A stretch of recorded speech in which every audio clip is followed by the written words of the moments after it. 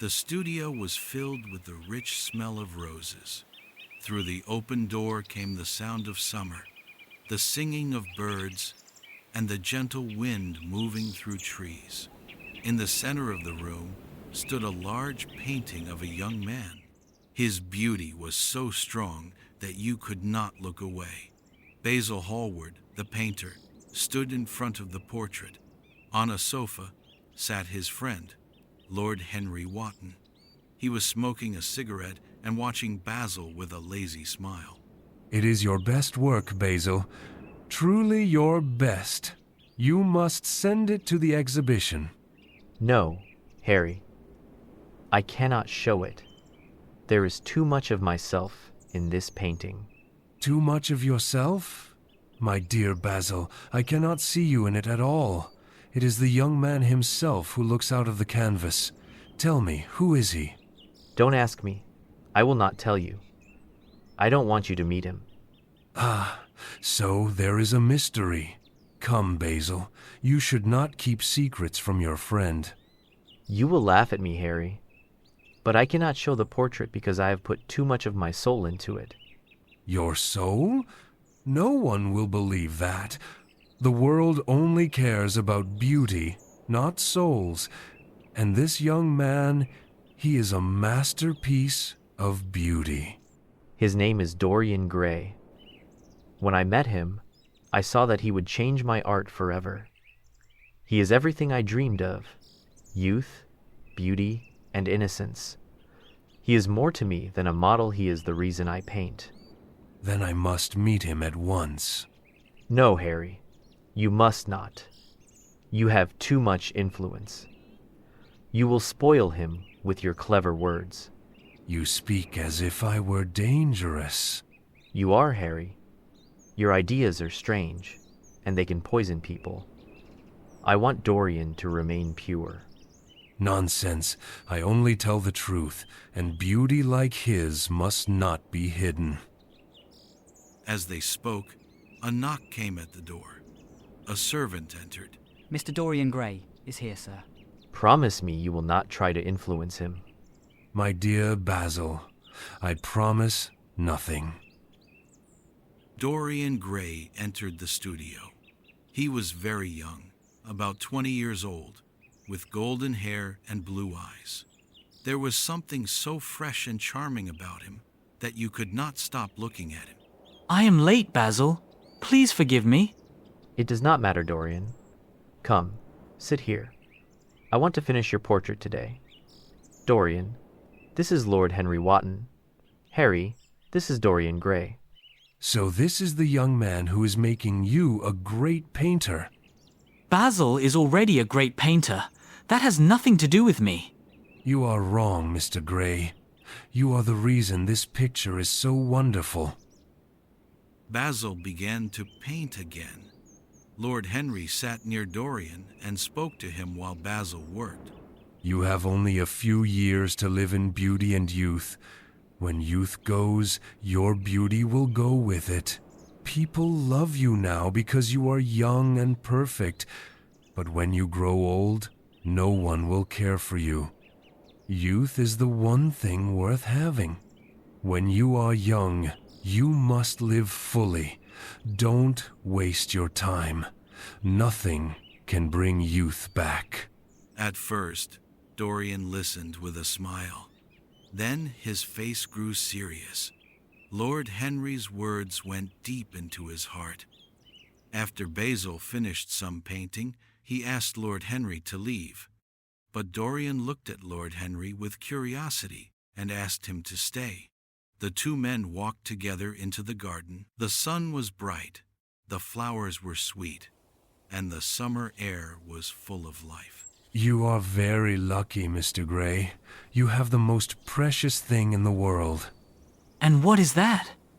Your youth. Youth is the only thing worth having. When you are young, you have beauty, charm, and power. When you lose it, you lose everything. But youth cannot last forever.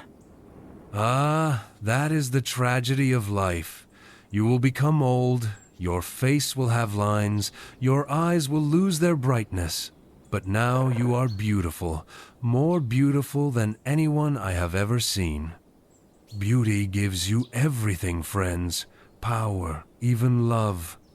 Do you really believe that beauty is so important? Yes, I do. People can forgive you for anything except for being ugly or boring. The gods give us youth for a short time, but they are cruel. You have only a few years to enjoy it, so live. Be happy. Do not waste your youth.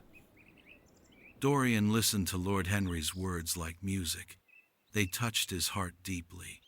He had never thought about life this way before. A strange fear came into him, the fear of growing old. Basil enters the garden, seeing Dorian's face pale and troubled. Dorian, what is it? You look upset. Basil, I will be old one day. This picture will stay young forever, but I will not. If only it were different.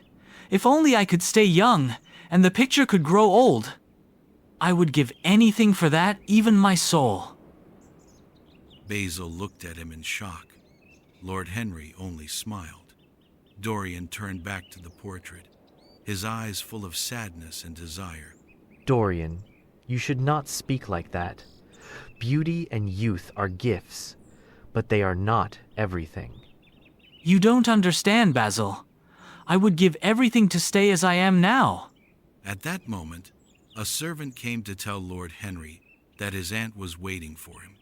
Lord Henry left with a smile, but his words stayed in Dorian's mind.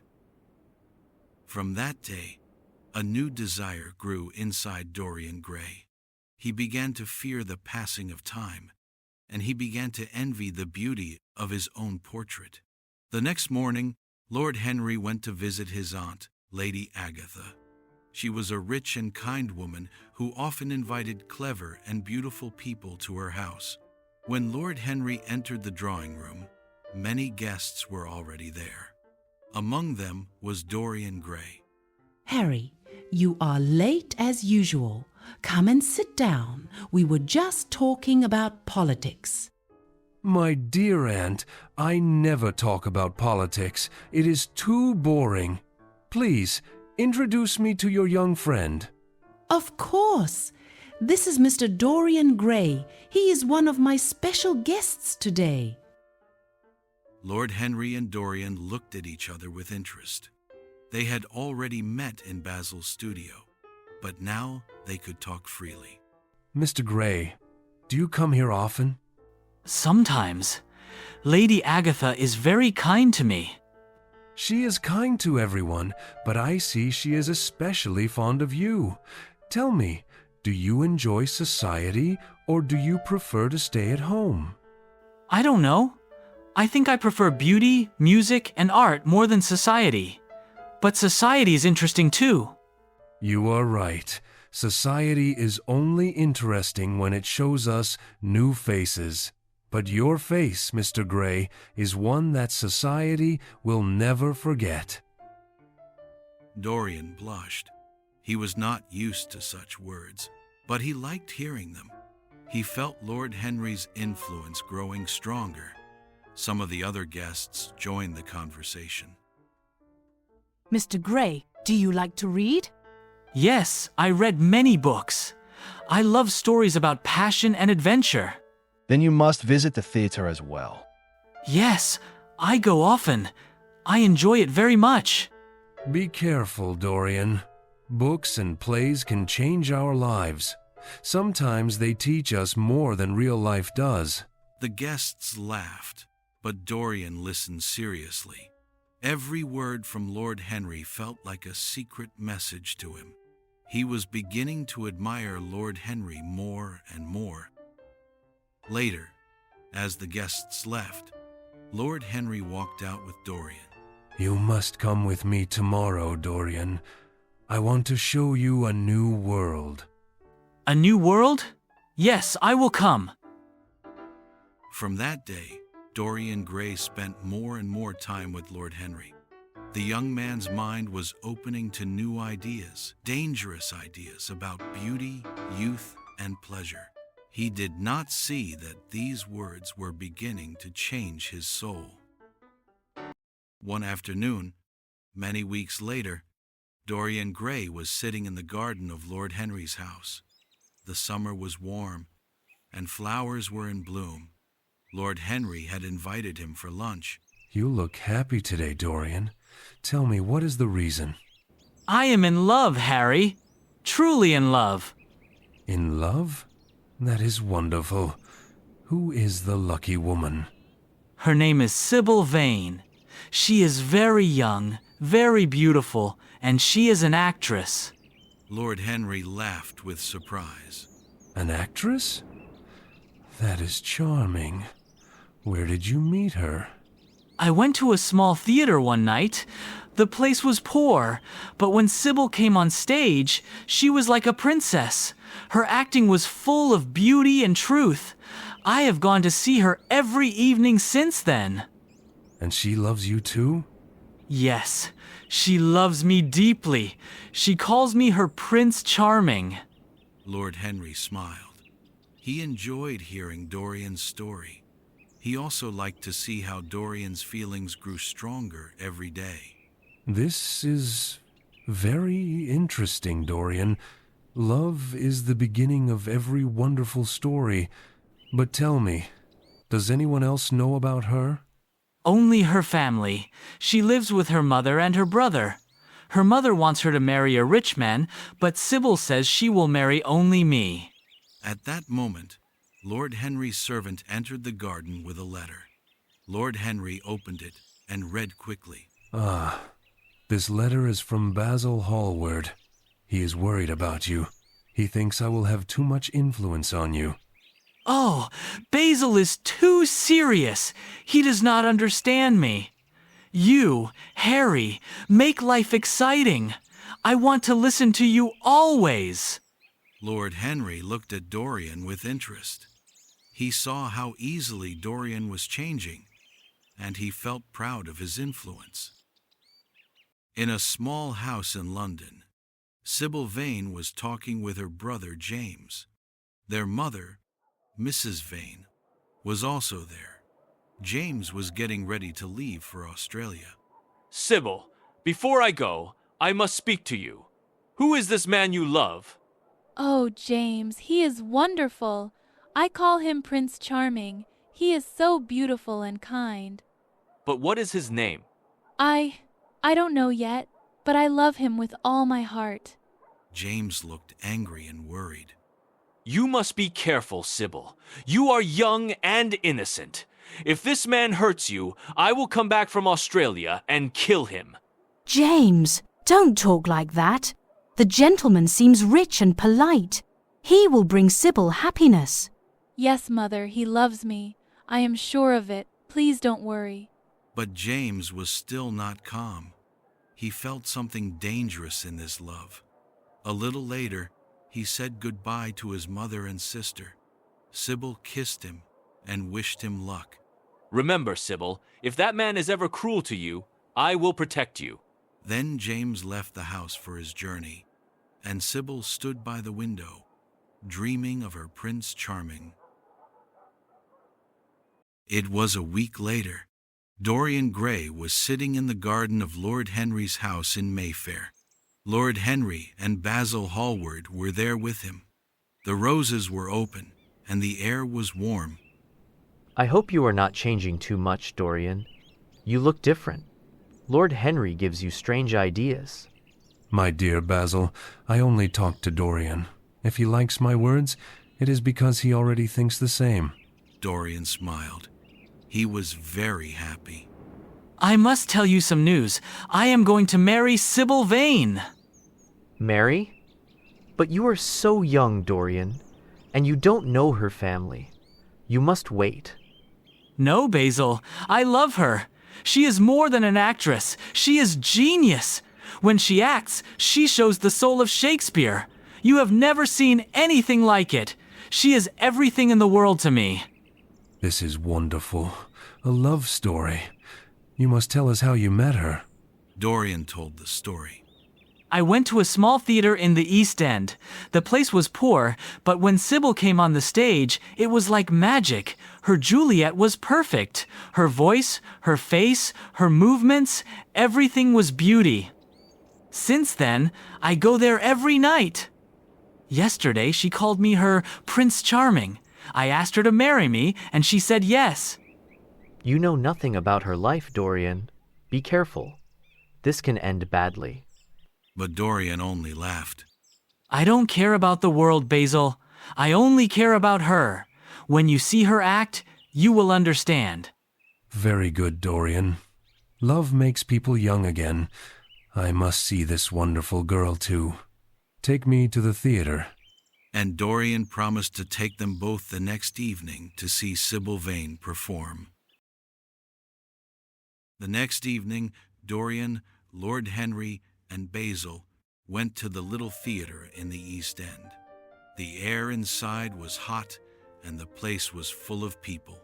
This theater is poor. I don't like it here. But we are not here for the theater. We are here for the actress. The lights went down. Sibyl Vane came on the stage. She looked very beautiful. Look at her. Isn't she perfect? But soon something was wrong. Sibyl's voice had no life. Her acting was cold and flat. She spoke the words like she did not understand them. Is this the genius you told us about, Dorian? She is boring tonight. Poor girl. She does not know what she is doing. The play ended. The people in the theater were angry. Some laughed. Some shouted. I don't understand. She was wonderful before. Tonight, she destroyed everything. Backstage, Dorian went to see Sibyl. She was excited and smiling. Dorian, don't be angry. Tonight I was real for the first time. Before I only pretended to love, but now I know true love. It's you. I cannot act anymore because my life is more beautiful than any play. Beautiful?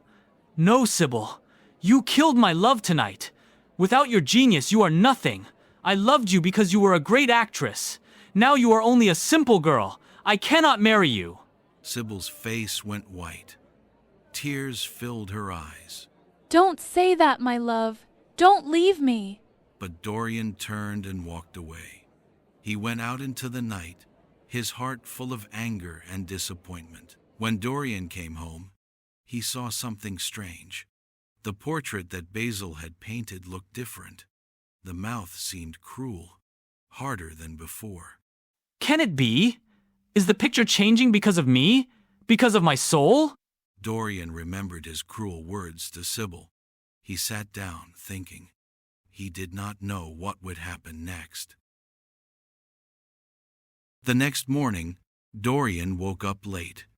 The sun was bright, and birds were singing. For a moment, he forgot about last night. But then he remembered Sibyl and the strange change in the portrait. What happened to me? I was cruel to her. The picture looked different, hard and cruel. If it is true, the portrait will show the marks of my soul. He went to look at the painting.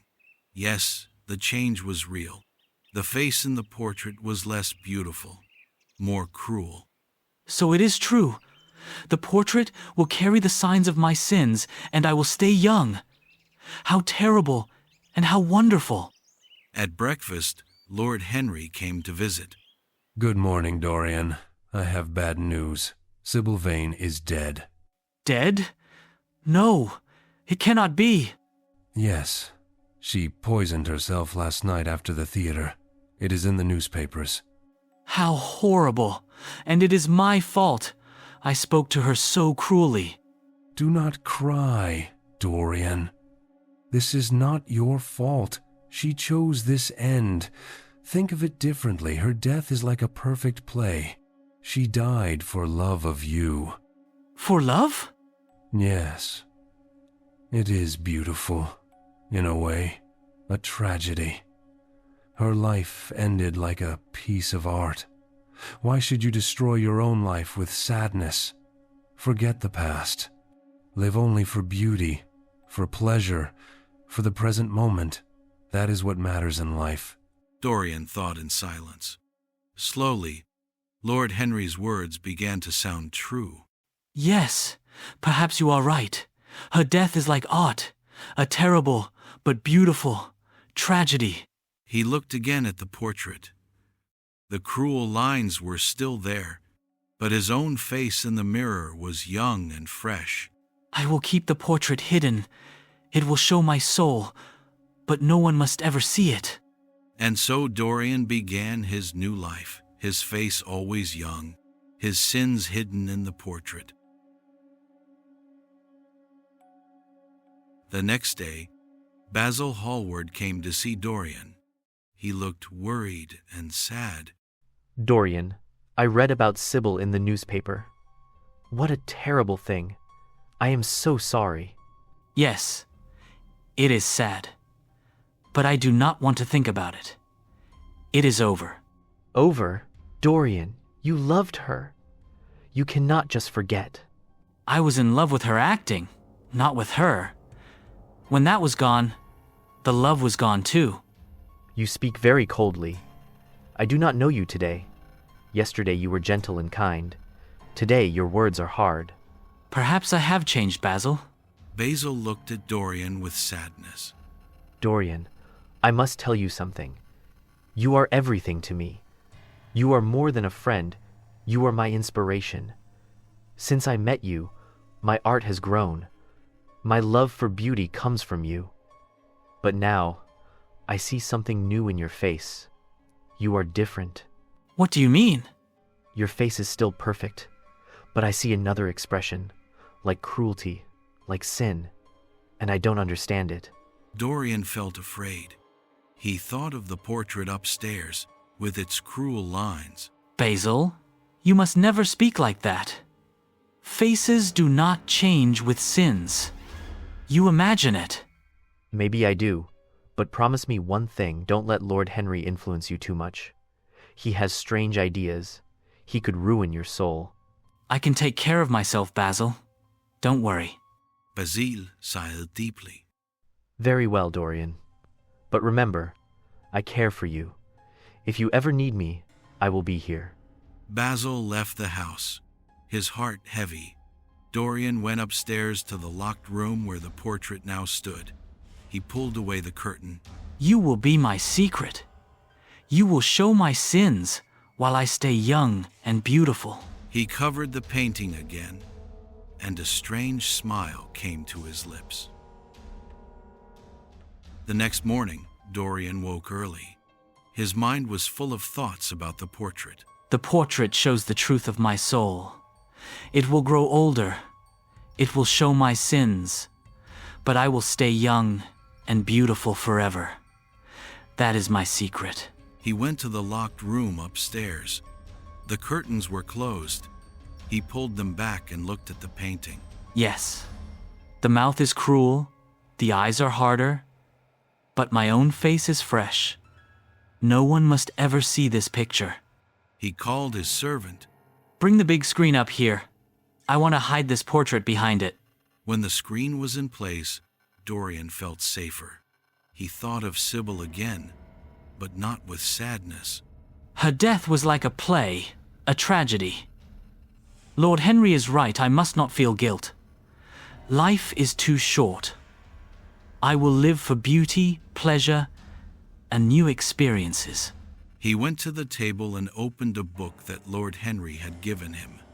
The book was strange, the story of a young man who lived only for art and pleasure. Dorian read for hours. The words filled him with new dreams. He began to see his life like the hero's beautiful, but dangerous, full of secret sins. This is the life I want. The portrait will carry the burden. I will enjoy everything. That evening, Dorian dressed carefully and went out into the London streets, his heart full of wild plans. The picture in the locked room stayed behind, waiting, with its cruel smile. Many years passed, but Dorian Gray's face stayed young and beautiful. His skin was smooth, his eyes were bright. People often asked, how is it possible? Why does he never grow older? But in the locked room upstairs, the portrait grew old. Each year, the face became uglier, wrinkled, cruel, and heavy with sin. Dorian filled his life with pleasures. He searched for everything that was strange, beautiful, and new. He studied jewels. He collected rubies, sapphires, emeralds, and pearls. He loved to look at them in the light. Every stone has a secret life. Their colors never die, while people's faces do. He studied perfumes. He mixed flowers, spices, and oils, searching for the perfect scent. A perfume is like music. It can change a soul without a word. He studied fabrics. He bought rich silk from Asia, tapestries from Europe, and old religious clothes covered with gold and jewels. He studied music. He played strange instruments from different countries and listened to sad, sweet melodies. He read many rare books, full of strange stories about beauty and sin. People in London began to whisper about Dorian. Young men go to his house and come back ruined. Young women disappear after meeting him. But look at him, he is so beautiful, so innocent. These rumors cannot be true, but the rumors were true. Dorian lived a double life.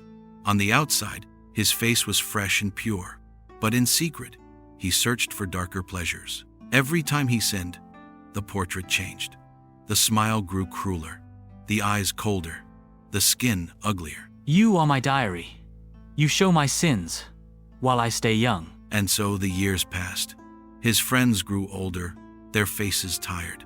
But Dorian Gray stayed young forever, beautiful like a boy, with a soul that became darker every day. It was a stormy night. Rain hit the windows, and the wind was strong. Dorian sat alone in his house, thinking dark thoughts. Suddenly, there was a knock at the door. Mr. Hallward is here to see you, sir. Basil Hallward entered. He looked serious and tired. Dorian, I must talk to you. There are terrible stories about you in London. They say young men who were your friends are ruined. They say young women disappear after meeting you. Some families will not let their sons visit you. Is it true? People always gossip. Why should I care about their lies? They are not just lies, Dorian. I see something in your face. Something cruel. You were once my best friend, my greatest inspiration. But now, I hardly know you. Dorian turned away, angry and nervous. Basil, you don't understand me. You never have. Then let me see your soul. We artists can only judge by faces. Let me look at your soul itself. You often joked about the portrait I painted. Show it to me. Dorian's face went pale. Do you really want to see it? Yes. If the stories are lies, the portrait will be pure. If they are true, then God forgive you. Dorian led Basil upstairs to the locked room. He took the key from his pocket. Remember, Basil, you asked for this. Don't forget that. He opened the door. The room was dark. Dorian lit a lamp and pulled away the curtain from the portrait. Oh God, this cannot be my work. The face, it is old, twisted, full of sin, and yet the eyes. Yes, they are yours, Dorian. He fell to his knees in horror. Dorian, what a life you must have lived. Your sins are written here. Pray, Dorian, pray for forgiveness. It is never too late. But Dorian only stood there, looking down at him with cold eyes. It is too late. The lamp burned in the dark room. The horrible portrait of Dorian stood against the wall, its face full of cruelty and sin. Basil was still on his knees, staring at it in shock. Dorian, pray with me. Ask God for mercy. Your sins are great, but forgiveness is greater. Change your life before it is too late. Dorian's face grew hard. Too late, Basil. You don't know what I have done. You don't understand my life. You loved me once. You made me vain. You taught me to worship my beauty. You are guilty too. No, Dorian. I only painted what I saw. You chose this life, but it is not too late to stop. Dorian's eyes grew darker. He felt trapped, afraid that Basil would tell others what he had seen. He knows my secret. He has seen the truth. He must never speak of this. Suddenly, in a rush of wild fear, Dorian took a knife from the table. Dorian, what are you doing? But before Basil could move, Dorian stabbed him. The knife went deep into his friend's heart. Basil gave a cry, then fell silently to the floor. For a moment, Dorian stood still, breathing heavily. The only sound was the rain outside. He looked at the body in horror. It is done. It is finished. He covered Basil's face with a cloth and blew out the lamp. In the darkness, the portrait seemed to smile with a cruel satisfaction. All night, Dorian did not sleep. He walked up and down the room, thinking of Basil's dead body lying there in the dark. What can I do? If someone finds him here, my life is over. I must hide this. I must hide him. Suddenly, an idea came. He thought of Alan Campbell, a scientist and an old friend. Alan knew about chemistry. He could destroy the body. Yes, Alan will help me. He must. In the morning, Dorian wrote a letter and sent it to Alan. A few hours later, Alan arrived. His face was cold and hard. Why have you called me, Dorian? We are no longer friends. I need your help, Alan. There is a dead body upstairs. You must make it disappear. Are you insane? I will not touch this horror. Dorian's eyes grew dangerous. Alan, if you refuse, I will tell the world your secret. You know which one. Everyone will know it. Alan's face turned white. He was silent for a long moment. Finally, with hate in his voice, he said, You are evil, Dorian, but I will do it. Alan went upstairs with his chemical tools. Hours passed. The smell of acid filled the house. Dorian sat alone, drinking wine, waiting. At last, Alan came down. His face was gray with horror. It is done. Never speak to me again. He left without another word. Dorian went to the locked room. The portrait was still there, smiling cruelly. Now it seemed even bloodier, as if it knew the crime that had been done. No one will ever know. Basil is gone. My secret is safe. That evening, Dorian Gray went out to dinner. It was almost unbelievable just hours before he had killed Basil Hallward. Yet now he walked calmly into the bright, warm room of a fashionable house in London. People were laughing, talking, drinking wine. The sound of music came from another room. Dorian smiled and greeted his friends as if nothing had happened. Ah, Dorian, you are late again, but you look charming tonight. Forgive me. The streets were terrible. London is always too crowded. They all laughed and welcomed him. Dorian sat at the table. He was calm, his face young and beautiful as always. Inside, however, his mind was full of dark thoughts. Only this morning, I saw Basil's dead body on the floor. His blood is still on my hands, and yet, here I am, talking and smiling. No one knows. No one will ever know. The portrait hides everything. As the dinner went on, the guests chatted about politics, theater, and fashion. To beauty, Dorian. It is the only thing that matters in this world. Yes, only beauty. He drank his wine and listened to the laughter around him. But in his heart, he felt something strange, not guilt, not fear, only a cold emptiness. Perhaps this is what Lord Henry meant. Live for the moment. Forget the past. Basil is gone, but I am safe. My face will always stay young.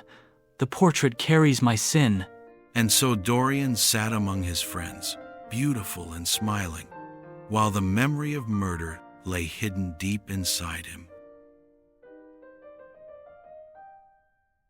Late that night, Dorian Gray left the rich, bright houses of the West End.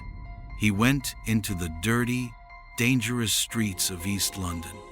He walked quickly, with his coat collar high, as if hiding. I must forget. I must kill the memory of Basil, the picture, everything. Only the drug can help me now. He came to a dark house with a small door. Inside was smoke, noise, and the smell of opium. People with tired eyes lay on benches, dreaming. Others whispered in corners. Dorian entered as if he knew this place well. A woman looked at him and laughed.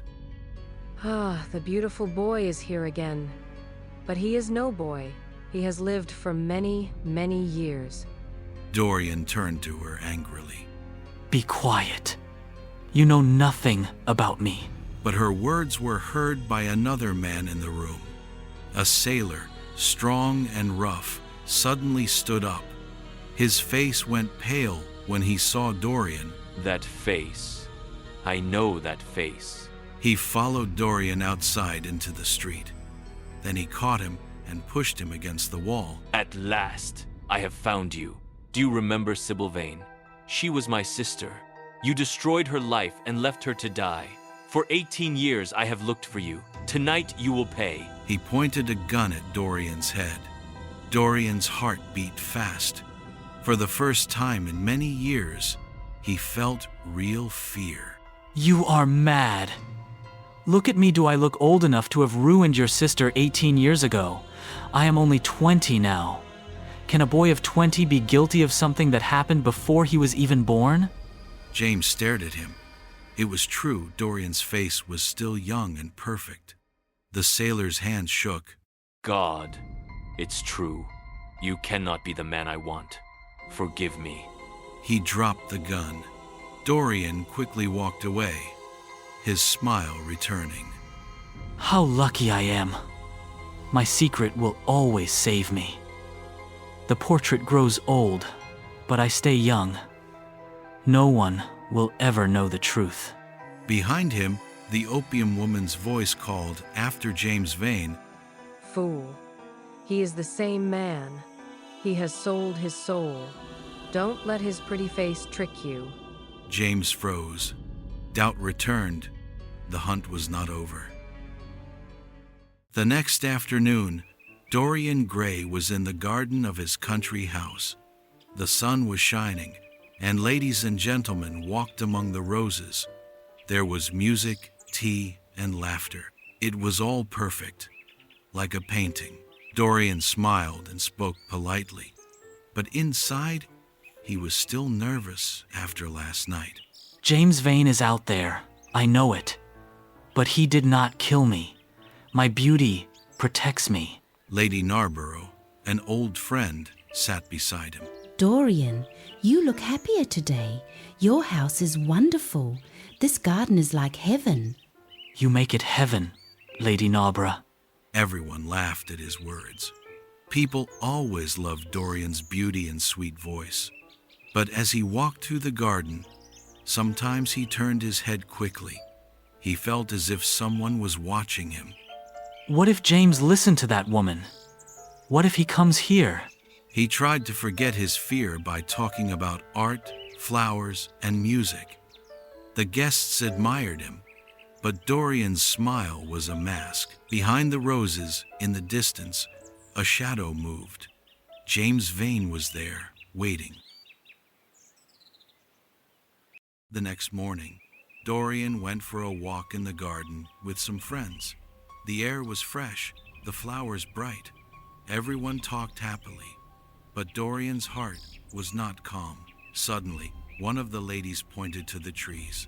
Look, there is a man hiding there. Perhaps he is one of your gardeners, Dorian. Dorian turned pale. He knew the man's face. It was James Vane. His eyes were dark, full of hate. It is him, Sibyl's brother. He has found me. But the others only laughed. How strange your servants are, Dorian. They look at us like hunters.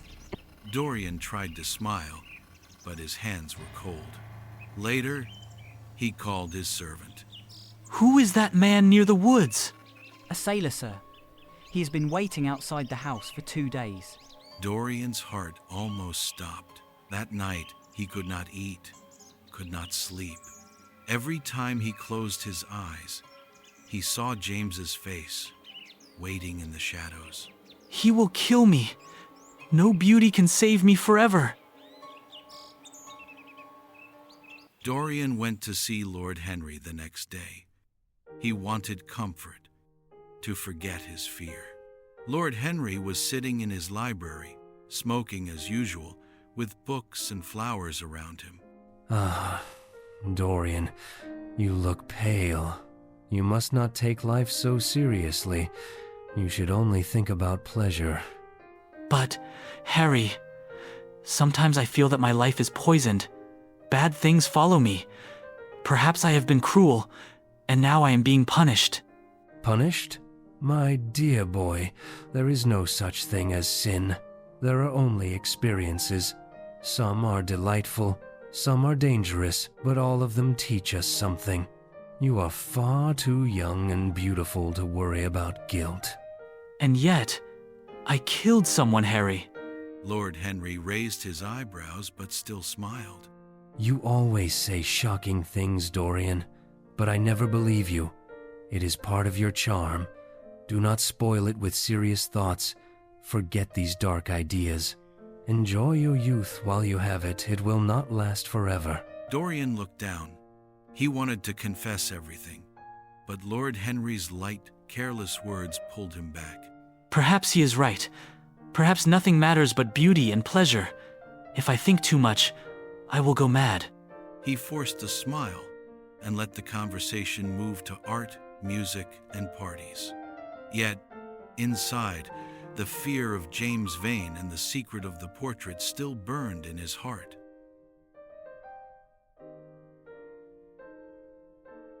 That night, Dorian sat alone in his house. The rain hit the windows, and the wind made strange sounds.